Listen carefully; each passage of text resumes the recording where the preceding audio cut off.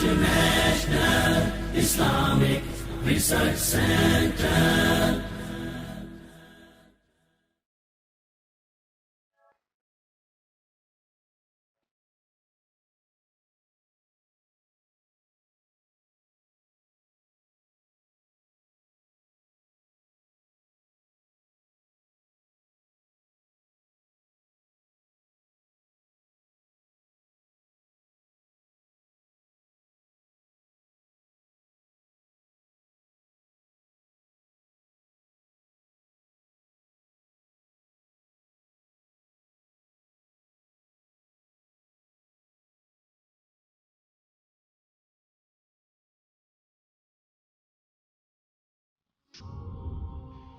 نحمده ونصلي على رسوله الكريم أما بعد فأعوذ بالله من الشيطان الرجيم بسم الله الرحمن الرحيم رب اشرح لي صدري ويسر لي أمري واحلل عقدة من لساني يفقهوا قولي. عذاب قبر. الذين تتوفاهم الملائكة، وہ لوگ کہ ان کو فوت کرتے ہیں فرشتے، اس حالت میں کہ ظالمی انفسہم، وہ اپنی جانوں پہ ظلم کرنے والے ہوتے ہیں. یہ کون لوگ ہوتے ہیں جو اپنی جانوں پہ ظلم کرتے ہیں؟ اللہ کا انکار کرنے والے، اللہ کی اطاعت نہ کرنے والے، اللہ سے ناراض رہنے والے، اللہ کو ناراض کرنے والے. یہ لوگ جب فوت ہوتے ہیں اور موت کے فرشتے ان کے پاس آتے ہیں اور وہ اس حال میں آتے ہیں کہ یہ اپنی جانوں پر ظلم کرنے والے ہوتے ہیں. اپنی جانوں پہ کیسے ظلم کرتے ہیں؟ غلط کام کر کے. تو فرشتوں کو دیکھتے ہی پھر ان کا عالم کیا ہوتا ہے؟ فَأَلْقَوْا السَّلَمَ، وہ ڈال دیتے ہیں سپر، اپنے آپ کو سپرد کر دیتے ہیں، اپنے آپ کو حوالے کر دیتے ہیں. سلم کا معنی صلح بھی ہوتا ہے، فرما برداری، تسلیم کرنا، سپرد کرنا. یعنی اس وقت وہ فرشتوں سے صلح کی درخواست کریں گے. فَأَلْقَوْا السَّلَمَ، وہ کہیں گے آپ ناراض نہ ہو ہم سے، کیونکہ وہ بہت غضبناک حالت میں آئیں گے ان کے پاس، تو وہ ان کو منانے کی کوشش کریں گے. یا پھر کیا معنی ہے کہ اپنا آپ ان کے حوالے کر دیں گے، کیونکہ آج تو بھاگنے کی جگہ ہی کوئی نہیں. اور کیا کریں گے اس وقت وہ؟ مَا كُنَّا نَعْمَلُ مِن سُوءٍ، ہم تو کوئی غلط کام نہیں کر رہے تھے، ہم میں تو کوئی غلطی نہیں تھی، ہم تو سب اچھا ہی کر رہے تھے.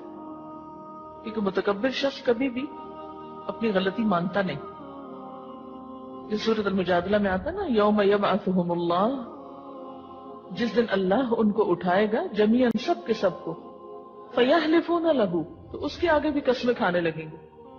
کما یحلفون لکم، جیسے تمہارے سامنے قسمیں کھاتے ہیں.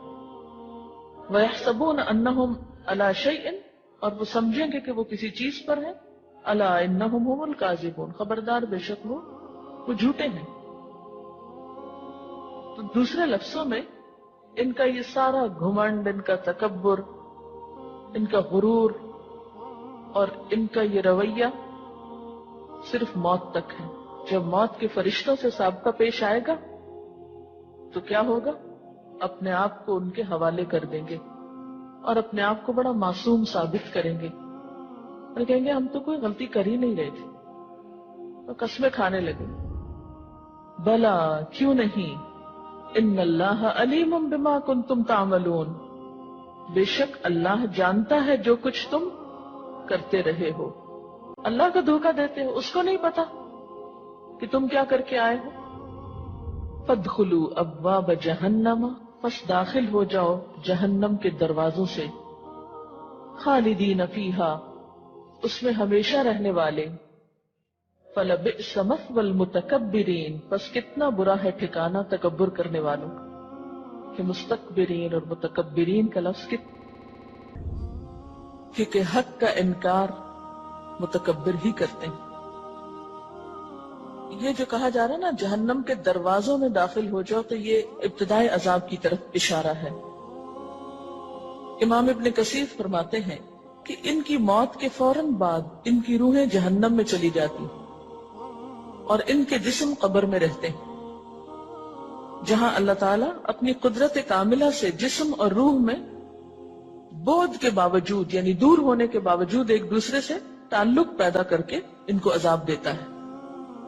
جیسے سورج بہت دور ہے اور ہم کہیں اور ہیں، لیکن جب ریز ہوتی ہیں آپ کے جسم سے آ کے ٹکراتی ہیں، اگر سورج دور ہونے کے باوجود اپنی ریز ہم پہ ڈال سکتا ہے، ہم کو جلا سکتا ہے، سن برن ہو سکتا ہے، تو اسی طرح روحوں کے ہزاروں میل دور جہنم میں ہونے کے باوجود جسم جہاں بھی زمین پر دفن ہو اس کے ساتھ اس کا ایک لنک ہو سکتا ہے.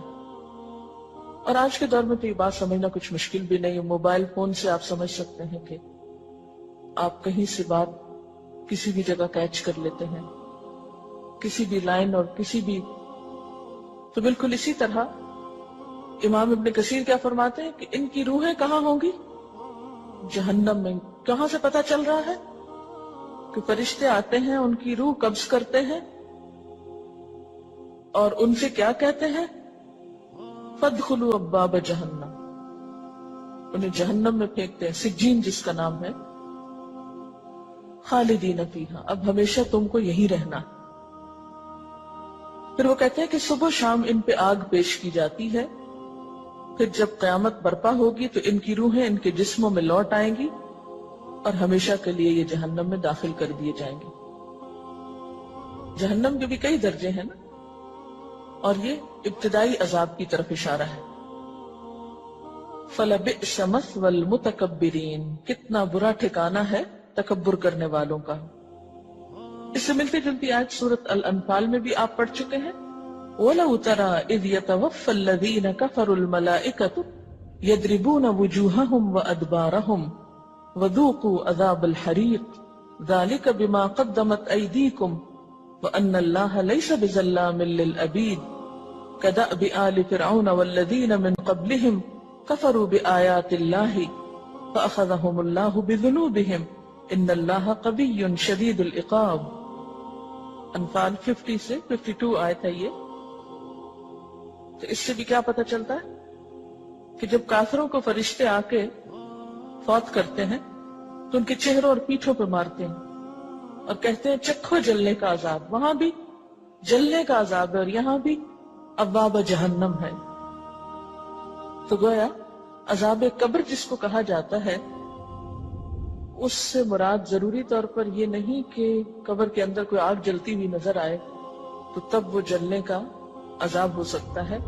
یہ بھی ہو سکتا ہے کہ وہ جہنم میں ہی عذاب ہو رہا ہو یا جہنم کے کسی ابتدائی درجے میں، اور وہاں سے ان کی روح کا تعلق جسم کے ساتھ ہو اور جسم بھی اس کو محسوس کر رہا ہو، کیونکہ صحیح عقیدے کے مطابق عذاب قبر جسم اور روح دونوں کے لیے ہوتا ہے.